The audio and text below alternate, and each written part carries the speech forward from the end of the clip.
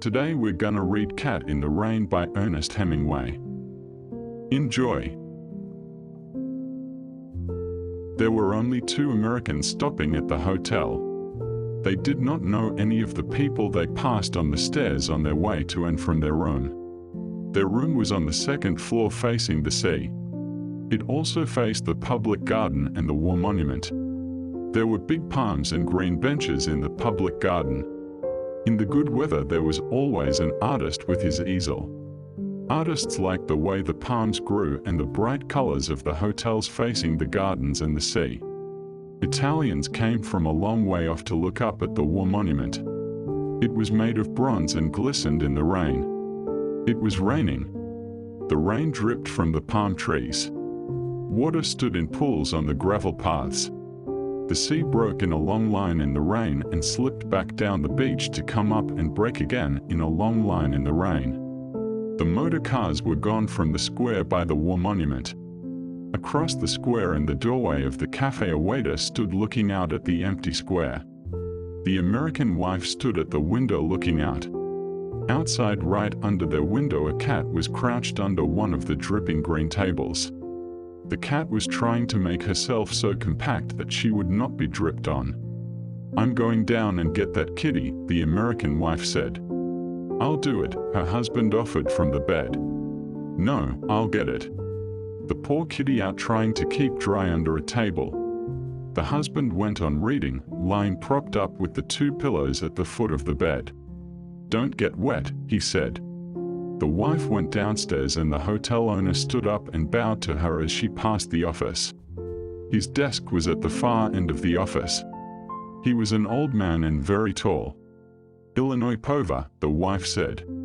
She liked the hotel keeper.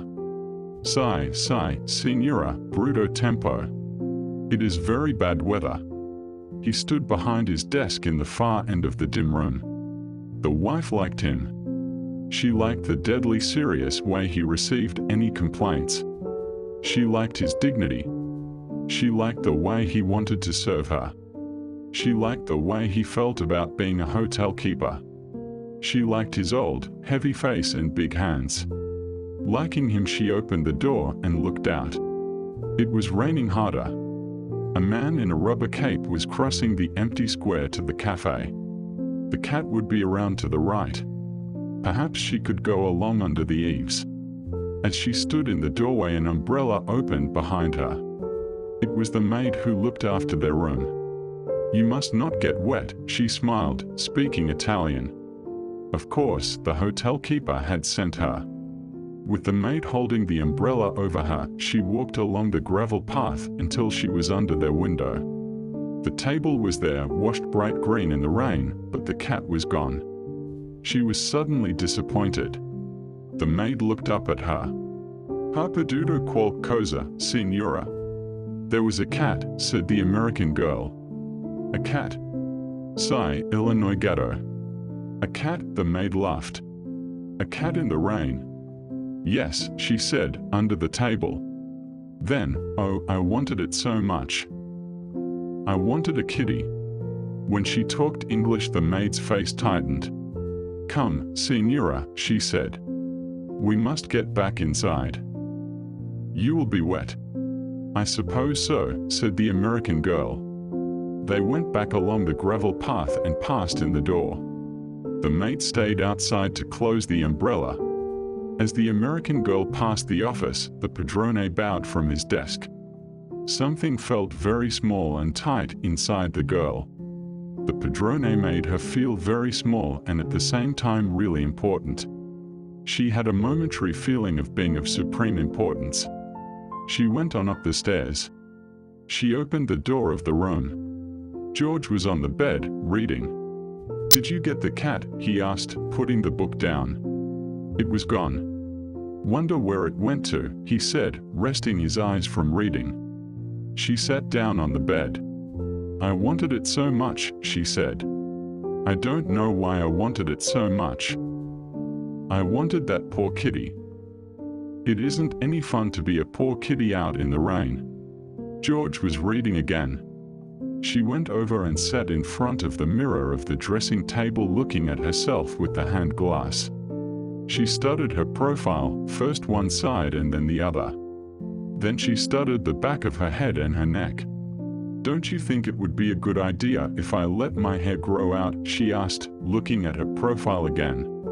George looked up and saw the back of her neck, clipped close like a boy's. "I like it the way it is. I get so tired of it," she said. "I get so tired of looking like a boy." George shifted his position in the bed. He hadn't looked away from her since she started to speak. "You look pretty darn nice," he said. She laid the mirror down on the dresser and went over to the window and looked out. It was getting dark. "I want to pull my hair back tight and smooth and make a big knot at the back that I can feel," she said. "I want to have a kitty to sit on my lap and purr when I stroke her." "Yeah," George said from the bed. "And I want to eat at a table with my own silver, and I want candles. And I want it to be spring, and I want to brush my hair out in front of a mirror, and I want a kitty, and I want some new clothes." "Oh, shut up and get something to read," George said. He was reading again. His wife was looking out of the window. It was quite dark now and still raining in the palm trees. "Anyway, I want a cat," she said. "I want a cat. I want a cat now. If I can't have long hair or any fun, I can have a cat." George was not listening. He was reading his book. His wife looked out of the window where the light had come on in the square. Someone knocked at the door. "Avanti," George said. He looked up from his book. In the doorway stood the maid. She held a big tortoiseshell cat pressed tight against her and swung down against her body. "Excuse me," she said. "The padrone asked me to bring this for the signora."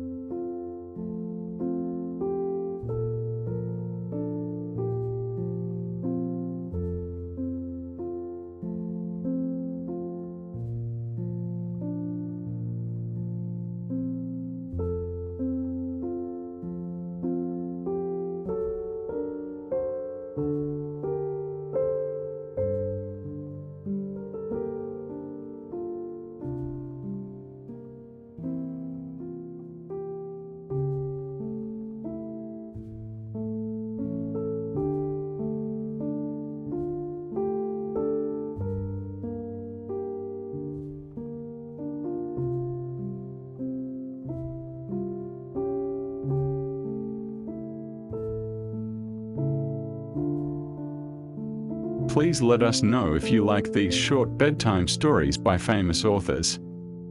You can leave your opinion below in the comments.